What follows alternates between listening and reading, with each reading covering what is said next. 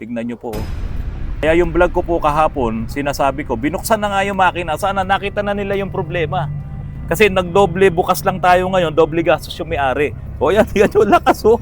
Nakikita ba, Aldrich? Ha? Isang gear po ito na nandoon sa harapan ng makina, sa timing gear. Ayan, bungi-bungi po siya. Ayan, tignan nyo po yung mga ribaba oh. Nagdoble gastos po yung may-ari nito kasi nga, dapat sana, nung unang ginawa dyan sa Quezon City, ay nakita na tong problema na to. Ako, oo nga, oo. Ako. Diba? Langis. Mga kapatid, magandang hapon po sa inyong lahat. Marami po ang nasisiraan ng transmission ngayon. Lalong-lalo na yung mga automatic transmission, yung mga traditional. Yung mayroong torque converter. Yung gumagamit ng ATF or CVT fluid. Kasama po yan doon sa mga automatic transmission na binabanggit ko na maraming nasisira ngayon. Ibang usapan yung AGS, ibang usapan yung mga DCT kasi yan ay mga automated manual. May mga clutch po yan na katulad din ng mga manual transmission.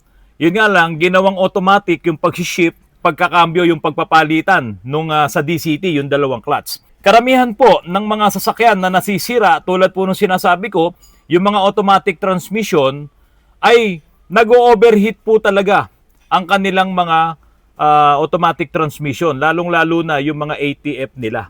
Marami pong mga modelo ng sasakyan, hindi lamang Toyota, hindi lamang Mitsubishi, halos lahat po ng mga mayroong automatic transmission, ang bigla na lang nagkakaroon ng problema ang kanilang mga sasakyan. Pero katulad nitong sinasakyan ko ngayon, ito'y lumang modelo na po ito na Toyota Land Cruiser Prado. Na-overhaul ko na rin po ang transmission nito.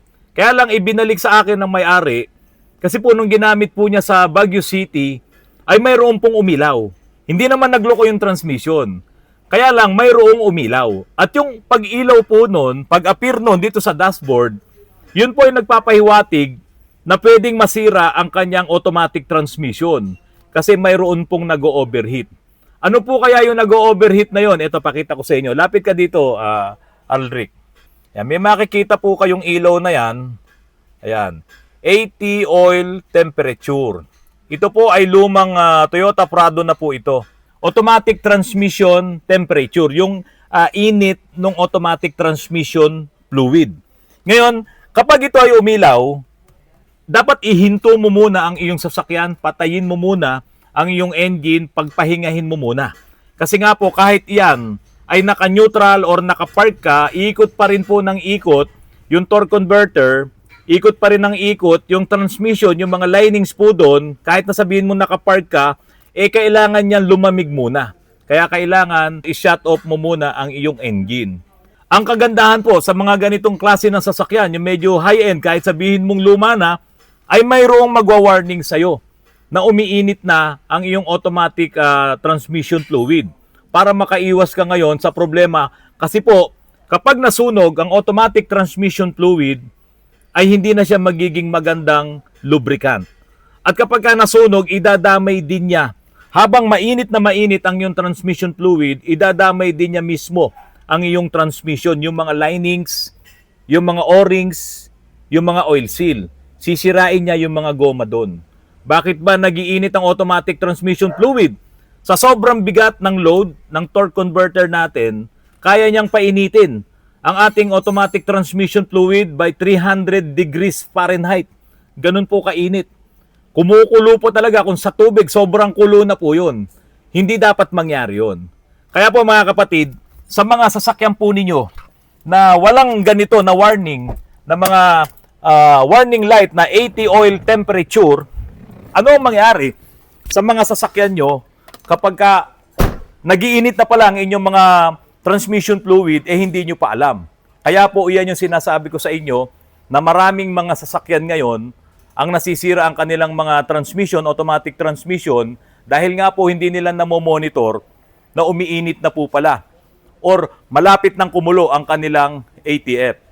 Ayaw na po nung may-ari na gumastos na naman siya ng malaki dahil lamang doon sa mapabayaan ulit yung kanyang ATF na uminit.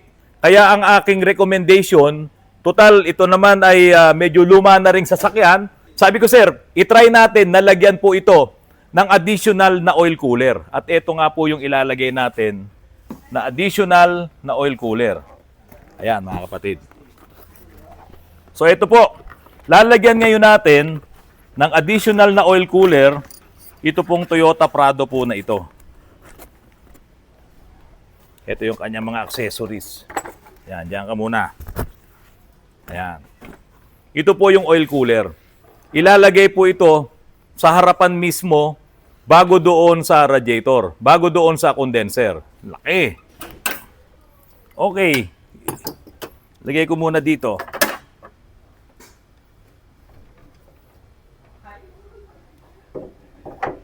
By the way, mga kapatid, ito pong Toyota Prado po na to, ito po ay gasoline engine. Ayan, ang laki po ng makina nito. 3,400 4-cam, 24 valves. Ang laki po ng makina nito, kaya talagang halos ihampas yung ng body nito sa sobrang lakas ng makina. Pero hindi naman ganun kalakas sa gasolina, kaya nagugulat po ako dito sa Toyota Prado po na ito. Kaya pala gustong-gusto rin ng may-ari eh. Hindi po siya ganun kalakas kumonsumo ng gasolina. Ngayon ito mga kapatid, dito natin siya ilalagay. Aalisin muna natin itong mga busina na to, tatanggalin natin lahat yan. At ito pong ating oil cooler, ayun, saktong-sakto pala talaga, pag ganyan po ang kanyang magiging posisyon doon sa loob nito. Ayan. So dadaan po ngayon dito, yung ATF, dadaan dyan, palalamigin ulit dito sa harap, habang ikaw ay sumasalubong sa hangin, palalamigin siya. Hindi ko na po ito lalagyan na auxiliary fan kasi kailangan din naman ng ATF natin ng normal operating temperature. So, ito po ang magiging trabaho niya kapag ikaw ay sumalubong sa hangin habang tumatakbo ka, malalamigan po ito. At yung ATF na dadaan dito, babalik ulit doon sa transmission. So, ang pagkakabit nito, yung galing mismo sa radiator na linya ng ATF, kakabit dito, tatanggalin natin sa radiator, kakabit dito, at doon sa pinagtanggalan naman, ibabalik natin yung hose na ganun. So, ganung paraan, nakakasigurado po tayo na yung kanyang automatic transmission fluid ay hindi na mag-iinit. At kapag hindi nag-init ang automatic transmission fluid, hindi talaga basta-basta masisira ang inyong transmission. Proven po yan, sigurado po yan. Sabi nga natin, sa dami na ng nagawa nating mga sasakyan dito na sirang automatic transmission nila, ay dahil nga po sa nasusunog na ATF. Dahil doon sa mga ATF na wala ng kwenta, nagagamit pa. Eh kasi nga, yung ibang mga car manufacturer, sinasabi po nila, lifetime yung kanilang mga ATF. Katulad na lang din nitong Toyota, yung kanila WS ay lifetime. Hindi po totoo yun. Nagiging lifetime lang yun habang iyan ay naka-warranty pa sa kanila. Hindi talaga nila gagalawin, hindi nila papalitan yan dahil under warranty pa naman. Pero pag natapos na ang inyong warranty, huwag na kayong maniwala doon sa sinasabi nila na lifetime yan. Kasi pag nasira ang inyong automatic transmission, kayo na ang magbabayad yan. Gastos nyo na lahat yan dahil tapos na po yung inyong warranty. So yun mga kapatid, para maingatan ang inyong mga automatic transmission, talagang napaka-importante na hindi mag-overheat ang inyong mga ATF. Ayun, yung inyong mga automatic transmission, yung inyong mga kotse, walang monitoring kung nag-overheat ang inyong automatic transmission. Wala kayong makikita dyan sa inyong dashboard, sa inyong gauge. So, ano ang gagawin nyo? Kung sakaling na-overheat na, nag-overheat na pala, di ba? Wala kayong magagawa talaga doon. Kaya ako, mai-advise ko po sa inyo, kung ang inyong mga sasakyan ay mga SUVs, mga malalaking sasakyan na katulad nito, na madalas talaga kayong nagkakarga ng mga mabibigat o napupuno nyo talaga ng pasahero, or kung kayo ay magmaneho, talagang isinasagad nyo yung lakas ng inyong mga makina, mas makabubuti. Maglagay po kayo ng extrang oil cooler. Hindi naman ito inire-recommenda ko sa inyo dahil gusto ko lang kumita. Pero yun po talaga ang tulong nun. Huwag mag-overheat ang inyong mga automatic transmission fluid at maging ang inyong automatic transmission. Dahil sabi ko nga, kapag nag-overheat na ang fluid nyo, lahat, lining, mga solenoids, pati yung mga O-rings, pati yung mga oil seals, diyan sa loob ng inyong automatic transmission, kayang-kayang sirain. Nung 300 degrees Fahrenheit na init po na yan, at minsan sumusobra pa doon. Ito mabigat. Nag-overheat na nga. Paano kung dalala lang po yan ng inyong driver na talagang walang kaalam-alam sa sasakyan? Nag-overheat na pala, naitakbo niya na ng sobrang tindi dahil nga hindi naman kayo kasama o siya lang ang nagmamaneho. Pagdating sa inyo, o ma'am, ito na po ang susi, okay na po, uwi na ako. Yung pala, may problema na ang inyong ATF. Kaya po, kung wala kayong monitoring, walang nakalagay doon na warning, mga kapatid, pumunta kayo sa mga shops, kumuha lang kayo ng sample ng inyong ATF. Kapag yan ay maitim na, wala na kahit na konting pula man lang, papalitan nyo na po ang inyong ATF. Dahil sigurado, ang susunod niyan ay sisirain na ang inyong mga automatic transmission. Ngayon, para makaiwas po kayo dyan, hindi makakasama kung maglalagay kayo ng oil cooler. Walang masisira. Hindi makakasama. Basta tama lang ang lagay. Baka mamaya mabunot yung mga hose. Basta tama lang ang lagay noon, makakabuti po yun sa inyong mga automatic transmission. Bakit po? Dito sa Pilipinas, dito sa Metro Manila, ibang klase ang driving condition po dito. Ibang klase ang mga kalsada natin dito. Talagang mapapasabak sa sobrang hirap ang inyong mga transmission at magbubunga po yan ng pagkasira dahil nga pwede talagang mag-overheat ang inyong mga automatic transmission. Itong Land Cruiser po na to, nasira dati ang susian nito, yung mismong sa ignition. Wala namang kaming mabili nung susian. Wala rin kaming makuhang gagawa. So ano ang ginawa po namin dito? Ito po'y pina-convert na po natin ng push start. Kaya tingnan nyo po ito, naka-push start na po ito. Ayan na po yung push start. Ayan. So ngayon, ako ay naka-on. Patayin muna natin. Ipupush ko lang ulit yan. Ayan, patayin na po siya. So yan mga kapatid, kapag po automatic transmission ang inyong sasakyan, pwede talaga kayo magpa-convert ng push start. Mga kapatid, ipakita ko lang sa inyo. Itong banggang crosswind na ginagawa namin dati, yan, napalitan ko na po ito ng aluminum na radiator. Yan. Okay? Ito po yung kanyang dating radiator. Grabe, oh. Oh. Naman, nagmarka na yung yung fan blade, no? Ngayon, ito na yung aluminum radiator na inilagay natin. At ilapit mo, Alrich, no? Naitama na rin natin kasi ito ay dating bangga. Ayan. Naidiretso na natin 'yan. Kaya yung radiator nito ay saktong-sakto na. At sigurado, malaking tulong itong radiator nito para mas maganda yung cooling system ngayon nito pong Isuzu Crosswind po na ito. At pagdating naman doon sa binili kong bushwhacker, ayan, nahulma na rin po nung ating latero, pero ito, babalutan pa po ito ng fiber. So nakahulma na po tayo. Yung binili kong bushwhacker noong nakaraan, so nakapagpa-drone na sila, ngayon babalutin na ngayon to ng fiber. So ito na po yung kabilang side, dati ang laki-laki nito, ngayon lumiit na ng ganito.